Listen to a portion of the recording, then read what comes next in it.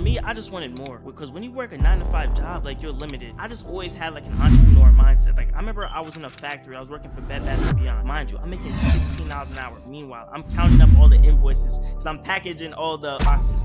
I'm reading the invoices. $50, $100, $150, $200. This company just made like almost $1 million in the hour that I just worked, and I just got paid $16. And that always frustrated me. I was like, why can't it be me? Why can't I make this money? Why does my money have to be docked by the amount of hours I work? Hey everyone, welcome back to the Walk to Wealth podcast. If you're tuning in on YouTube or any of the podcast directories, make sure to do yourself one teeny tiny little favor and make sure to give us a follow, because I don't want you to miss out on any of the amazing guests I got coming on this year. Without further ado, let's get right into this one. Donald, man, for anyone who hasn't had the opportunity to get to know you, to get to meet you yet, brother, tell us your elevator pitch, man. Who are you and what do you do? So my name is Donald Luxama. I'm a serial entrepreneur. I teach people how to make money through passive income, whether that may be vending machines, whether it may be YouTube, rental cars, basically anything passive. Because I realized from like an early age, like if you work with your hands all the time, then you won't be able to really, if you do everything like active, then you won't be able to really make money while you sleep. And Warren Buffett said if you can't make money while you sleep, then you won't ever be rich. So that's really who I am. I'm just Yeah. a regular guy, just helping regular average day people just make money passively. Yeah, and Donald, real quick before we get into the conversation, like, let us know how old you are, man. Because I know, I think you're a couple years older than me, right? You're 24, if I'm not mistaken, Yeah, or I'm 20, 23? 23, 23. Yeah, I just turned 23. So, 23. mhm. Blessings, man. Congrats on that. So you're 23, and you're already helping people learn how to make passive income, and you're already, running multiple businesses, man. So before we get into that, though, take us back in a time machine, man. What was little Donald like growing up, man? Like when I was growing up, I was an athlete. Like I never Yeah, thought, like, thinking back, I never thought I would be in business. I never thought I'd be helping people through business. I never thought I would be in this path. Like I was more of like an athlete growing up. By the time like I was in yeah, high school, by the time I got to high school is when like my business started, because I basically started. I met this girl and she had this event called like the Pinkathon, where we were selling like different bracelets and stuff. And basically, this girl yeah, was like, "Yo, Donald, can you sell all these bracelets?" And I ended up selling like 75 bracelets in a night. And from there, I was like, "Wow, like I could really be an entrepreneur." And mind you, those bracelets were $3. Imagine trying to yeah. make someone buy, like high school students trying to buy a $3 bracelet, and that's what I did. And then from there, I was like, "Wow, like maybe I could really be a big entrepreneur. Maybe I could really do like be a businessman." By the time I got to college, like that's when it really started to like grow on me. Like my Yeah. goal at first was just to own a car wash. Like I told myself, like I just want to own a car wash. I just want to do something like that. And then from there, like yeah, I just exploded, and I just started meeting new people, networking new people, and started gaining like this entrepreneur mindset. Yeah, so before we get into it, man, take us back a little bit. You said at the Pinkathon, you sold 75 bracelets at $3 a pop. Anyone that needs to do the math, that's what, 225 right there. Nice 225, yeah. Your nice little 225 that you just made in high school. Now, I don't know about you, man, but in high school, 225, you know how many snacks I could, that's like a whole, That's a lot like, of snacks, and yeah. my high school, you feel me? We had this little spot called JLTC, and like the military, I know or the like the army military thing, people. yeah. Yeah, and they always had this candy, like the snack shop, bro. So that was the spot between periods. Like we would go to JLTC. I'll get me Did some they sell Oreos, some chocolates? They sell Skittles, and some chocolates? other. Oh, Yeah, they sell chocolate. Yeah, but none. okay. Ours, they had everything. Like they had Pringles, chips, freaking candy, freaking chocolate. Like you name it, they had it, bro. There was like a whole little mini like vending shop in there, like little convenience store. And so that was a spot for us. So I know 225, man. That would have been good money for me. And you said that was like your first like real thing where it kind of kicked off. But do you think that there's anything that led up to that made you potentially good at that? Because like, and not a lot of people that can just, especially back in high school where everyone's still pressed and about peer pressure and worried about what other people got to say. Not a lot of people that can just go up to people and start selling stuff at that age, and especially to other high schoolers who Is there anything else that you did that might have helped you like excel at that, bro? But when like thinking in high school, I was always like a very outgoing person. Like I always like to meet new people, always like to have different conversations with people. So I think like that always like benefited me. I was never afraid to like Yeah, walk up to somebody and talk to them. I was never like I just didn't have any fear. Like I'll take all the risks now.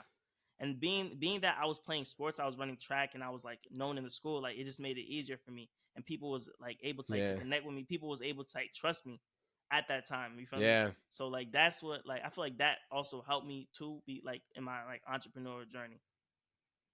Yeah, no, that's just you know, they always say people do business with people they like, know, and trust. And you was already cool in the school, so it's like you was it made everything that much easier back early on. You said you did track. What other sports did you play? I did track, I did cross country, and I played football. Like my first 2 years, I played football. Really? But like when I was playing football, like I wasn't like the best. But then when I got to track, like they treated me like I was like amazing in track. Like we were breaking school records. Like I was doing a lot in track. Like I barely made JV for like the football team.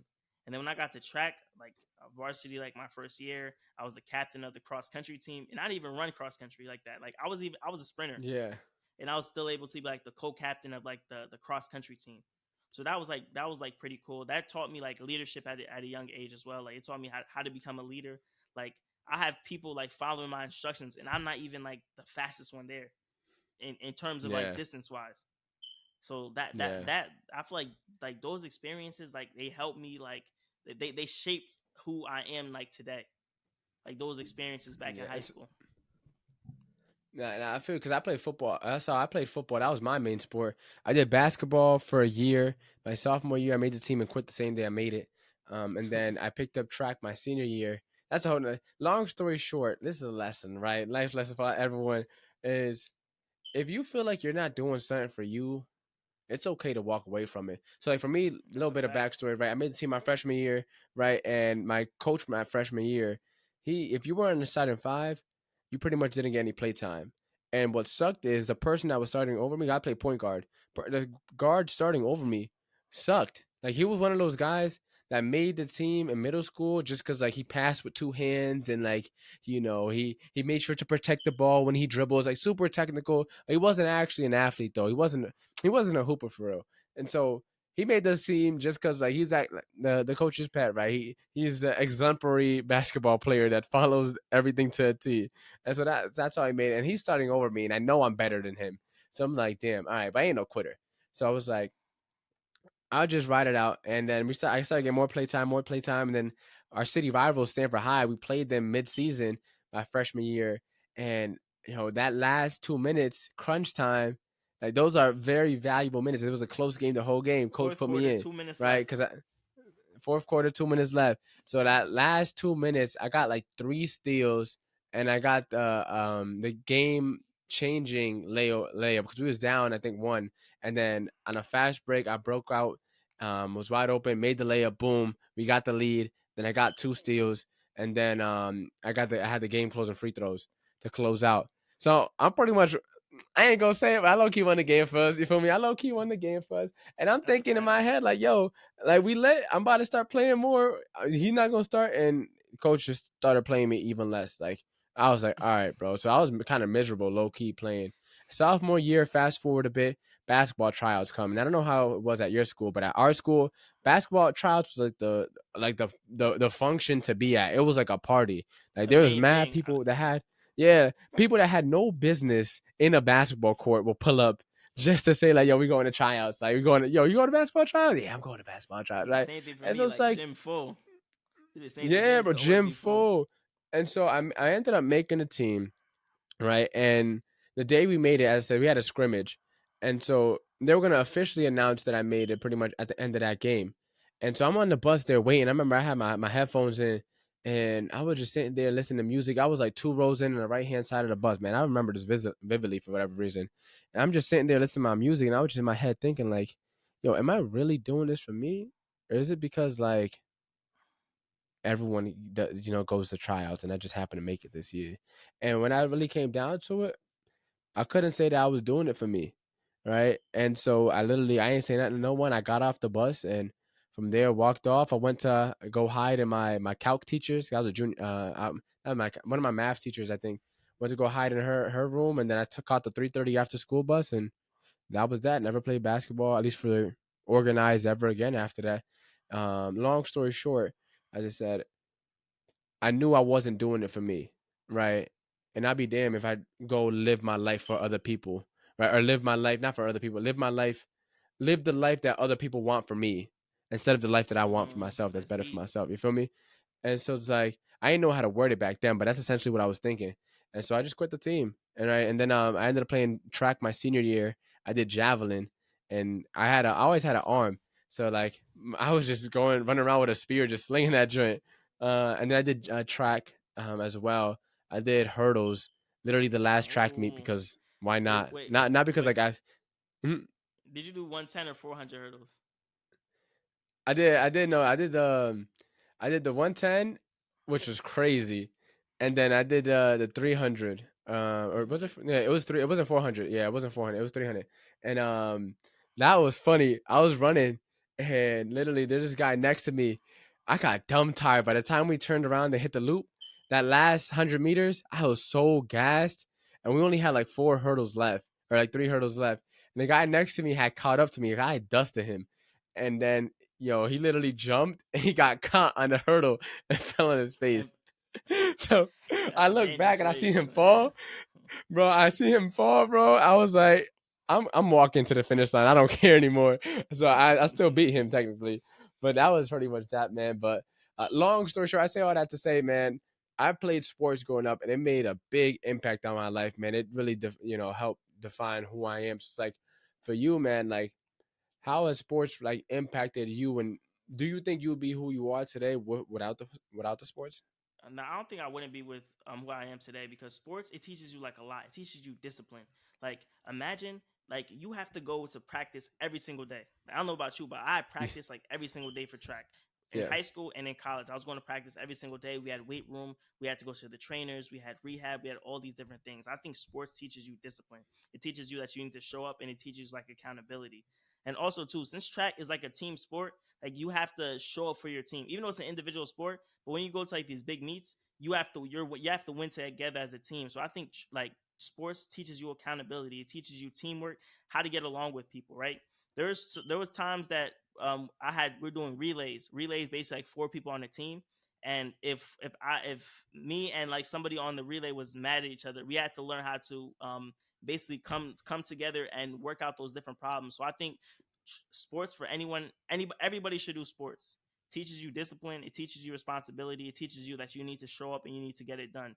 No excuses. You have to get whatever the task is at hand. You have to get it done. And I think sports really shows you that. Yeah. So now you said after the high school pinkathon, right? You still embrace it. At college, you said you started to embrace it more, which actually wasn't that long ago. So like, where did it like really start taking off for you? Where did it really go from there once you got into college? So like freshman year, right?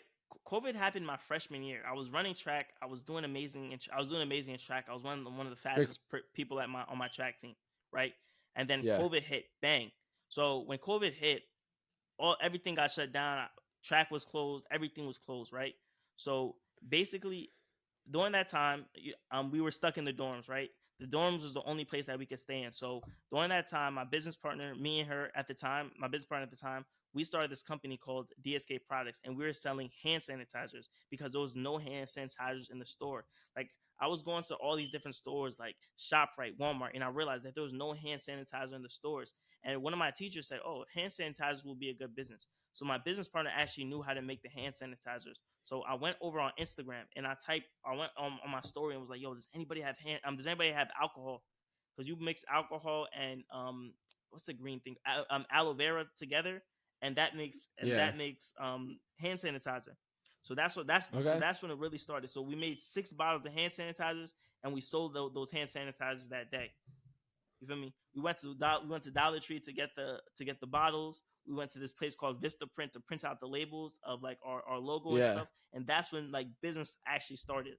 The DSK products started in like the dorm room Yeah. and stuff. And so From there, from DSK products, it led into like the vending machines. It led into YouTube channels. It led into book like it's that's where it originally started. from DSK Products. So talk for me though, like, cause like for me, I know pandemic happened and I didn't like turn into an entrepreneur. I ended up reading Rich Dad Poor Dad and I tried to get into real estate. And then from real estate, I tried to get real estate investing at first. And then from there, became an agent.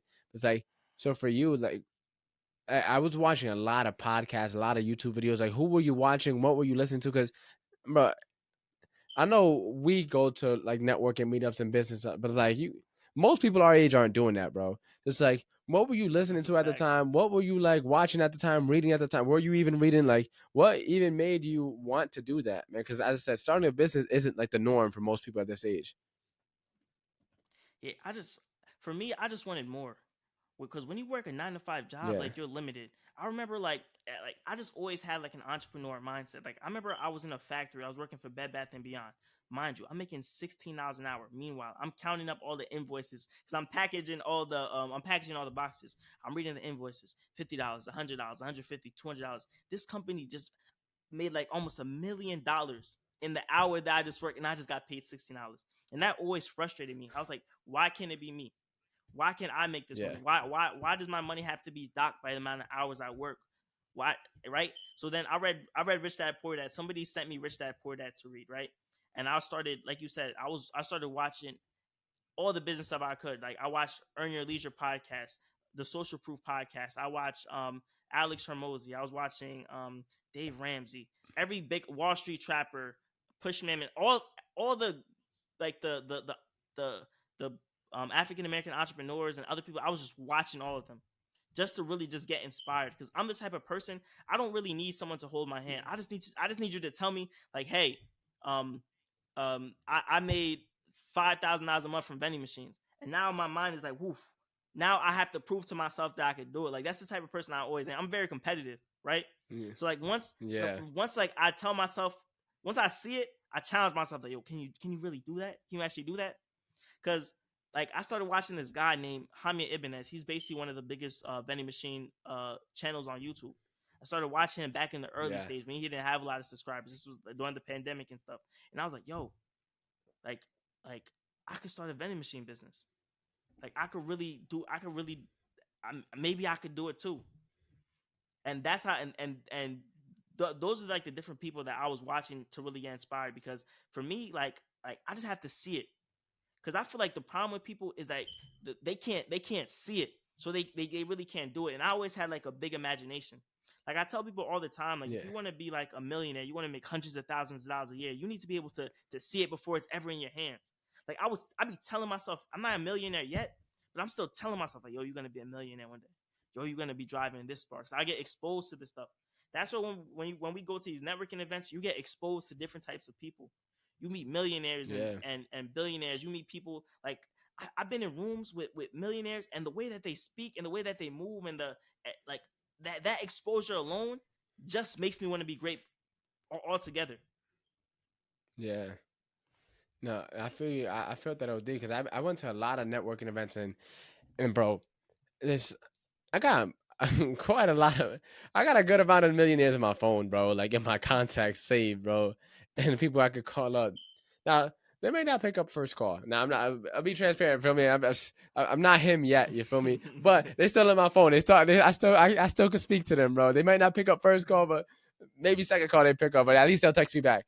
And it's like you can get surrounded around that stuff, and then bro, the way you speak starts to change, and not in like a cold switch, like "Hi, I'm John Mendes, nice to meet you." Like the way you speak in terms of like the things you believe, how you start to articulate yourself, and just because you use slang doesn't mean you're inarticulate, bro. That's one thing I hate about people that it's like, oh, they try to use these overcomplicated words and just to try Nah, to get the point facts. across. Like, congrats, right? You read the dictionary, bro. Good for you. Like, great. It was just like you start meeting up with these people, and you start realizing like the way they maneuver, the way they conduct themselves is way different than the majority of society. And most people don't understand that success leaves clues. It's like, That's a why fact. are instead of That's a asking, fact. and I think too, like talking to enough people, I started to realize, bro, like the quality of your life really can be. There's always like a direct correlation between your quality of life and the quality of questions you ask, right? And most people ask the wrong questions, like, oh, why me? Why does this always happen to me? Why my life suck? Why don't I have money for this? Why can't I afford this? And it's like, bro, it's like, what are the people that have money doing? how can I make that money? How can I afford it? And it's like it's very subtle That's a things, and fact. it's That's a so much fact. easier said than done. Though that's the one thing I don't want people to miss. I think it's easier said than done because you can read it in a book, but it's like living that out. There's a lot you have to go through to kind of untap that and rewire yourself almost to the conditioning and to the That's all a the fact. social programming that goes into it. So like for you, bro, like what was that process like for you? Because for me, I know there's a ton of things that I had to uncover that I didn't even know I had because I was never thinking entrepreneurially. And then once I did, I kept running into these walls that I didn't know I was running to because there was things that I haven't dealt with from what I learned growing up. So like, what was that like for you, bro? I feel like when I became an entrepreneur, like you have to change your mindset. Like you said, like you have to change the way you think of things. You have to change the way you look at things. Everything about you has to change, right? And that change, it needs to start with like your environment. Who are the people influencing you? When I was in college and when I Mm-hmm. was in the dorm rooms, I realized like all these people that was in college were average. All these people weren't going places. So I had to insert myself in these rooms where like you said, those millionaires and those people that's actually like grinding, people that actually have plans, because there's a bunch of people that you're gonna meet like, yo, $1 million dreams, but a minimum wage worth ethic. Like they don't really want it. They just kind of want it. They just Yeah. like, oh, I want to be a millionaire, but they have no steps to it. They have no plans. They have no goals. So the first thing that you have to do is you have to change your mindset. What do you want? You feel me? You have to be clear and specific on the goals that you want. That's what I started to do, right? If I said if I said I want a Tesla, that's my dream car. You have to know how much that Tesla costs. So I was like, okay, the Tesla costs $60,000 with all these features that I want. Is this? What type of house do you want to live in? What type of dreams do you want to go? You have to be super specific, right? That's what. That's why I started to change my mindset about things. Like I stopped, and also too, the words that you say are very important, right? I just don't say anything anymore. I realize a lot of people they just speak and they don't understand like how words have power, right? The Bible says like there's death and life in the power of the tongue. Like if you tell yourself like you're broke, if you tell yourself that you're average, if you tell yourself that you're not worthy enough, then that's the place where you're gonna be. You're never gonna outgrow from there, right? And a lot of people like they've been hearing that their whole lives that can never be rich. They've been hearing that they can never be the first millionaire in the family. They can never be the first person to go into college. And then that mindset it gets stuck to them, and then they get stuck where they are, right? Like what I'm realizing, this is it's gonna be a hot take. What I'm realizing, people from that are not born in this country, right? People that are not born in this country, people that come to this country, I don't know what it is, but like their mindset and their grind and their work ethic is like always crazy compared to the people that's born in the United States. Like I meet people that's born like outside the country, and like when they come here, no college degree, but they own multiple houses. They're millionaires, right? And you got people that live in the United States is they're very entitled. You feel me? And like I said too, with mindset, you can't be a victim. Even though like the chains and shackles are not on our hands no more, I feel like people have shackles in their mind. Yeah. You feel me? And we were talking before, and you were telling me how you made your course and the course didn't work, and you told me, yo, I gotta blame myself. I started doing that. Like I started like everything that happened in my life, I just started blaming myself for it. Right? Oh, I don't have the money I want. It's my fault.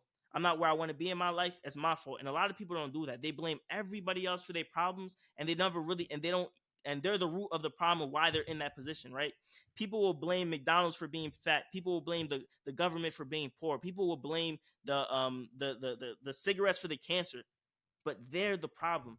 So first, like you have to, if you want to be an entrepreneur, you want to be in that 1%. You want to be making millions of dollars a year, millions of dollars a day. You have to change your mindset and the words that you say to yourself. You need to start telling yourself that you're worthy. You need to start telling yourself that you're enough, right? Also, you need to change like your spending habits when it comes to money. A lot of people have like financial trauma, right? People would rather buy a $50,000 car and sleep in the car than put that $50,000 within themselves and invest in themselves, right?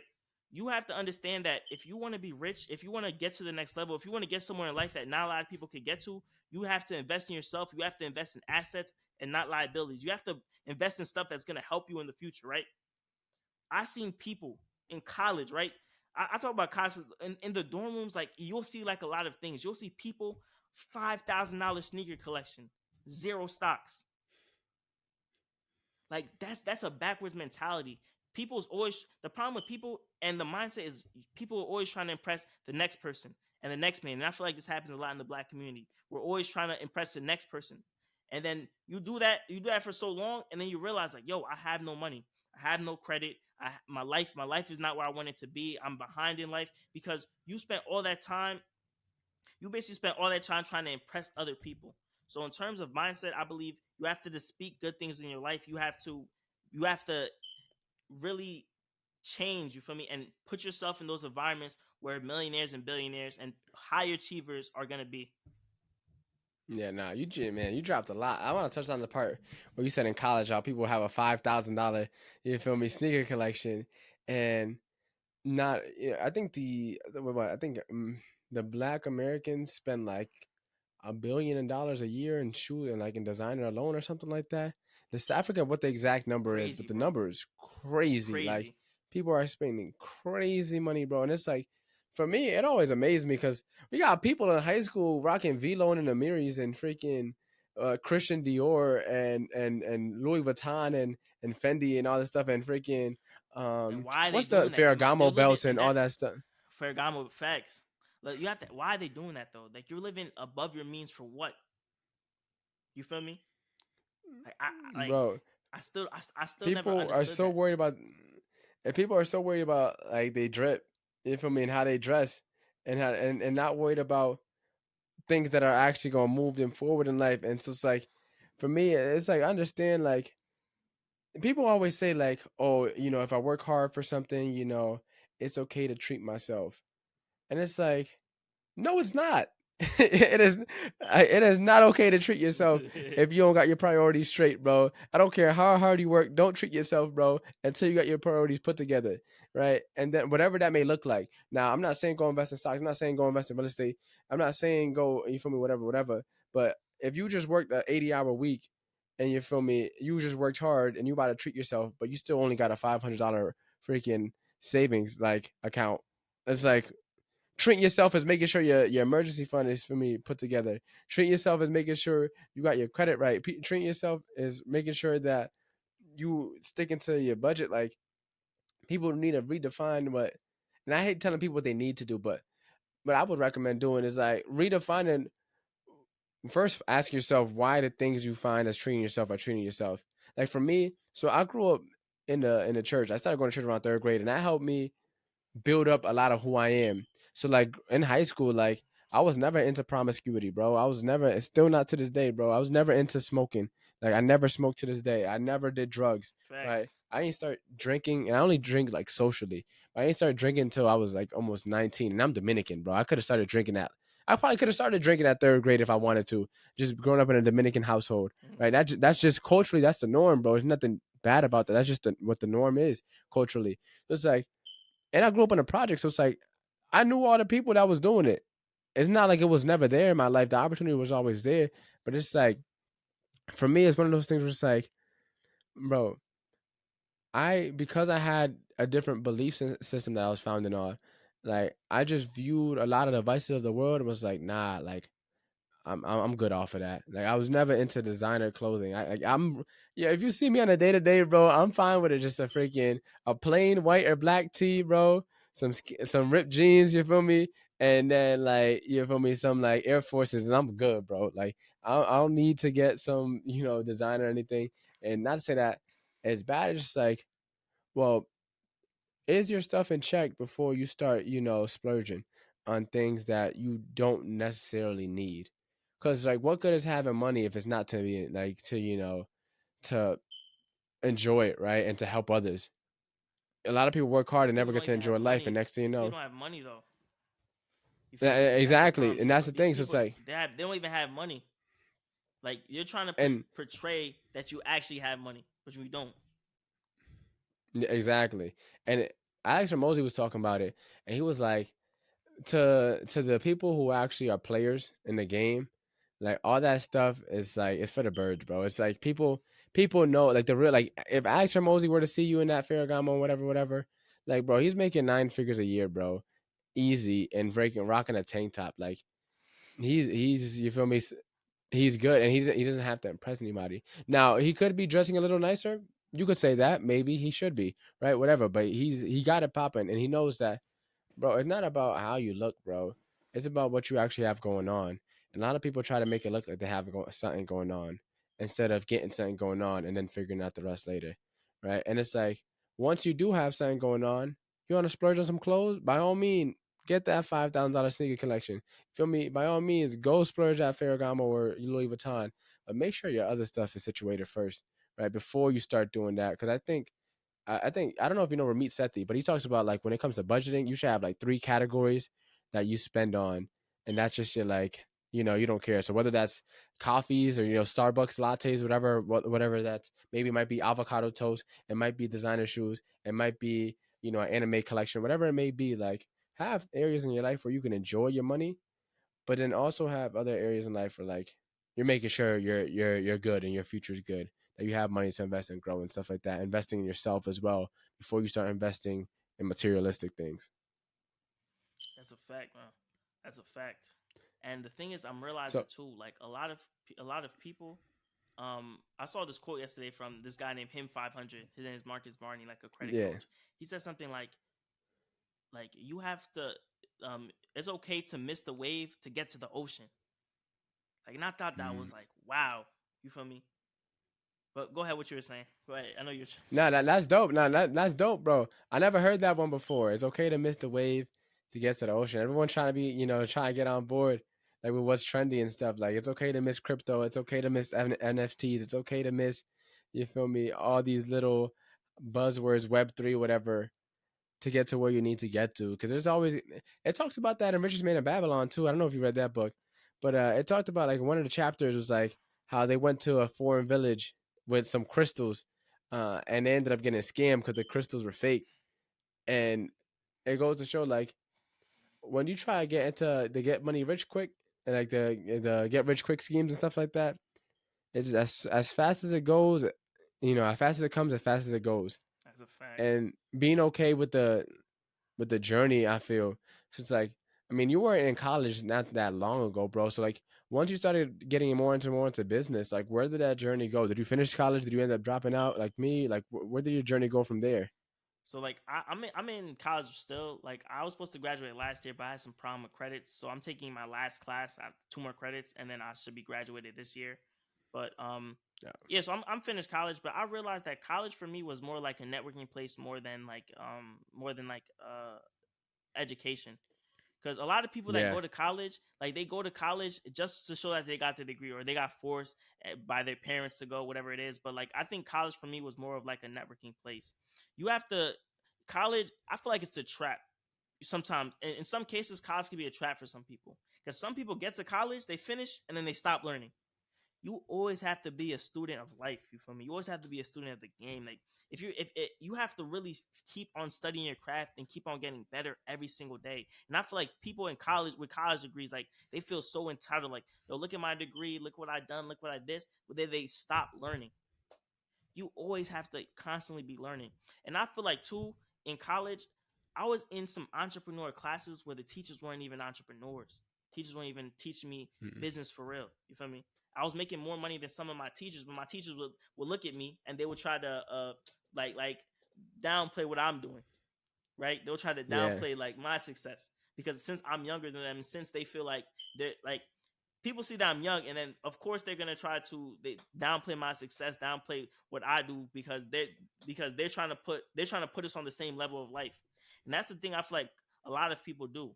When you're on a different level than people, they really try to put labels on you, so they don't so they feel like you guys could be at the same level when it comes to when it comes to success because nobody wants to feel like they're missing out or they're not like you know what I'm saying. yeah. No, I feel you. I think for me, for me personally, I haven't had that happen too much, but in a certain situation, like this one time, this lady at church, like she wanted to get into real estate as an agent, and she's working at a nursery or something like that, or she's a nurse, and she was asking me about real estate, and then she was like, "Oh, that's amazing." She mind you, she's looking up, like she asked me for advice and like what my opinion on stuff was, and then literally same conversation. Then she asked me like, "Oh, so like what happened? Like where do you end up going to school and stuff like that?" So I went to UConn. And she's like, "Oh, when do you graduate?" I told her I dropped out. And then all of a sudden now she's trying to tell me about what I should do with my life. And I was like, you was literally just asking me for advice on what you should do with yours, and you're 2 times my senior, bro. And now because I didn't graduate, now you're gonna try to help. Like, but it's for me. It's like I seen something on my IG the other day, and it was like the people around you. The reason why people around you don't support you is because the version of you that they loved and grew to know is dying off, right? Because think about it, like when you're changing, right? When you're growing, when you start evolving, like the old you was dying, you're turning into this new person. You're starting to learn more. You're starting to grow more. You're starting to get into new opportunities. That old you is starting to die off.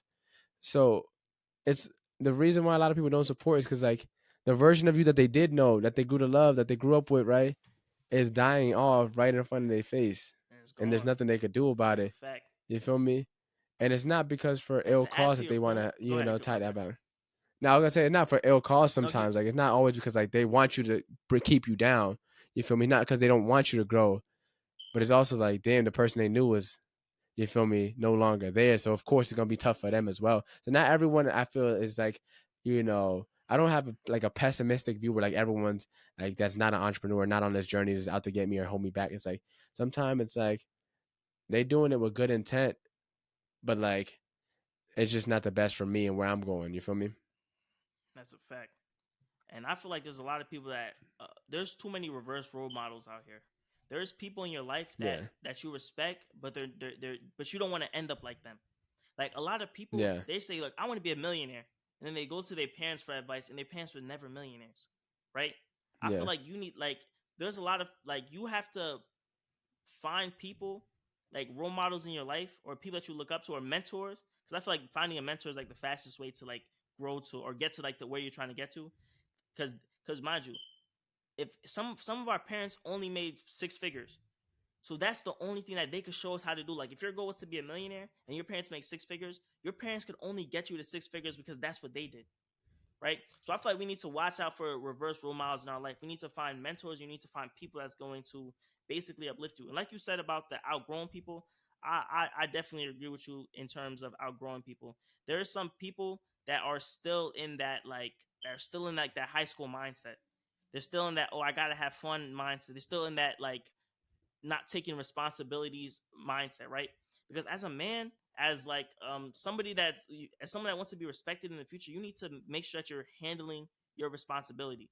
The parties, the fun, all that is gonna be there. All that's still gonna be there. Like people try to make me feel bad. Like you said, the woman, how you said the woman in your church was trying to make you feel bad. Like people would try to make me feel bad for not going to the parties. Like they used to come back from the parties in my dorm rooms at 4 in the morning, and they used to come back and they used to find me still working. Yo, Donna, why you not going to those parties? Donna, why you not coming? I had $1 million on my mind. You feel me? At during those times, you feel me? Like Yeah. even though my bank account was negative, I had credit cards that was maxed out. I saw millions at that time, and I was like, yo, I can't go party right now. You feel me? I can't have fun because I couldn't even. And mind you, even though like I don't recommend being an entrepreneur to anybody. I wasn't sleeping. Like I was the type of person I was just on go, and I was like, yo, like I see millions right now. Like how can I stop? You feel me? How can I let up? You feel me? And those people was Yeah. like, yo, and people were wondering like, yo, Donald, like how are you able to get all this money? How are you able to run up 50,000? I'm almost made like $100,000 in a dorm room, right? But the problem with people is people love to tie my success from where they tie my success back to like let's say my parents or like my situation. Like Donald, oh, you live in the suburbs. That's the reason that you're able to be successful. Or your parents make this amount of money. That's where you're able to be successful. But meanwhile, you y'all didn't see the nights that I stayed up to get to where I got to. You feel me? Nobody saw those nights. Yeah. Nobody saw when I didn't sleep. Like it was to a point. I don't even go to sleep now, right? I just fall asleep. Like I'm at the point right now. I just fall asleep. Like I'm working so much, and there's videos and like pictures of me just like passing out with my laptop open from work and stuff. You feel me? Because I'm going hard type. I'm going as hard as possible. So like an advice for somebody like surround yourself with the right friends and the right people. If you even got to ask somebody like your boyfriend, your girlfriend, your best friends, if they believe in you, they probably don't believe in you. They probably don't believe in your dream. They probably don't believe in your vision. And you need to get away from those people, right? Because if you tell a small-minded person your dream, like they're not gonna understand it. They're not gonna they can't fathom it, right? Because God, if God put a dream in your head and you're trying to tell the next man that dream, they're probably gonna shoot it down. It's not gonna work. Like when I told my family member, oh, yeah, I'm starting a vending machine business. I'm doing this. They was talking about Donald COVID's here, bro. The world might shut down. They gave me all types of problems and all type of excuses, right? And that's why I tell people, like, if you're trying to, when you're trying to get to like the next level of life, you're trying to get somewhere where not a lot of people are, or nobody in your family reach. You have to be able to be locked in, and you have to be able to be focused, like tunnel vision. You feel me? No, 100%, bro. It reminds me of a quote, man. It's if you stick with something long enough, eventually determination starts to look like talent. Mm. For me, if you stick with something long enough, determination starts to look like talent. And that's a quote I heard pretty recently, but it's something that really just resonated with me while you were speaking, man. It's just like, man, where can we connect with you, Donald? Where can we find you at? We want to, like, learn us how to start making passive income. We want to learn more about your story and what you have going on this year, man. Like, where do we go to, Um, man? you can find me on. I have a YouTube channel, Everything DSK. You can find me. I drop all the gems. Can I actually give a? I actually want to like talk about that too, because I don't want to leave without giving the gem and stuff. Can I tell people real quick just how to start a vending machine business, or like start making like? I just want to give like a little gem before you feel me. Quick 60-second gem, bro. 6 seconds gem. So okay, so you want to start a vending machine business, right? You want to make passive income. You want to make an extra $1,000 a month, because $1,000 could really change some people's life, right? So to start a vending machine business, the first thing you're gonna do is you want to find a vending machine location. The location is basically where you're gonna put the vending machine. So you can find a vending machine location by asking your friends and family. You're asking your neighbors. You're asking different business owners around your state, around your county, around your city. After you find a location, you go to Facebook Marketplace, OfferUp, and Craigslist to find the vending machine, right? You're looking for AP vending machines. You're looking for AP vending machines, Royal vending machines, Dixie Narco vending machines. Stay away from Sega vending machines, right? Once you find that vending machine, either Facebook Marketplace, or you could go to like a vending machine warehouse. A warehouse is basically a place where they sell refurbished vending machines, but they have like a warranty on top of their vending machines. So the warranty is basically going to help you. The warranty is going to give you, it's more safer. Like Facebook Marketplace, OfferUp, and Craigslist, you don't have a warranty, so you have to make sure that you test out these vending machines. To test out a vending machine, what you have to do is you have to make sure that it accepts dollars, nickels, quarters, dimes, all types of payments. You want to make sure that the vending machine is MDB compatible. That means it can take card readers. If it's not MDB compatible, it cannot take a card reader. If it's a drink vending machine, you want to tell the owner 15 minutes before you get there to turn on the vending machine, so you know that it gets cold. And you want to make sure for a snack vending machine, you test all the coils. So A1, B1, C1, D1. You want to make sure that all those coils spin. And then after you do that, you move that vending machine to location, you fill it up, you go to Costco, BJ, Sam's Club. You go to these wholesale spots to find the snacks, fill, collect, repeat, and that's how you start a vending machine. I just want to say that because I know some people's like, oh dang, I want to start a vending machine business. So that's like the quick version of it. That's like the quick version of it. And then there's the YouTube to get the deeper version of all of it. And now it's time for and that'll be in the show notes for anyone that wants to go check that out. For anyone that now it's time for our famous 5 questions, right? Rapid fire round. Question number 1: what is the most impactful lesson you learned in life? Oh, the most impactful lesson I learned in life was probably learn to say no. Because when you say yes to something, you're saying no to something else. So learn to say no in life. That's like the most impactful lesson I learned. What is the most admirable trait a person could have? Ooh, admirable trait. I would say, what's the word? What's that word?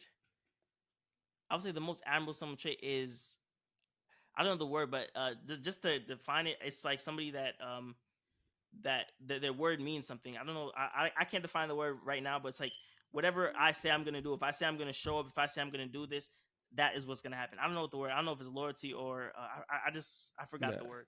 Just your name, but just everything you say, you're gonna do. Okay. I forget the word too, man. I'm like accountable, I'm like, yeah, dependable, I'm having a honor, brain, but integrity. yeah, integrity, But yeah, all yes, right, yes, integrity. integrity, yes.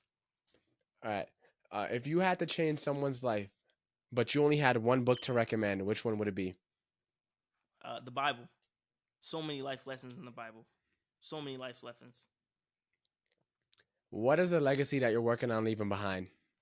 Um, like, oof, I want to be able to, I just want to be able to help people at the end of the day. I just want to be able to, like, just put on for my last name. I want to be able to basically just give back to my community and just basically help create generational wealth for my family in the future. That's like the legacy I want to leave behind.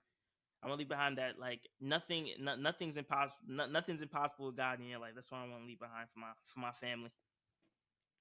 And for anyone that wants to embark on their walk to wealth today, what is the first step you recommend they take? Change your mindset. Change your mindset. Change your environment, and I promise you, you're gonna see a significant difference. Amazing. All right, Donald, that is it for our interview. Thanks again for hopping on, my brother. Thanks again for dropping the knowledge. We're definitely gonna have to bring you back because, as I said, we couldn't fit everything in one episode. But thanks, as I said, thanks again for hopping on, man. All right, thank you so much. Thank you so much.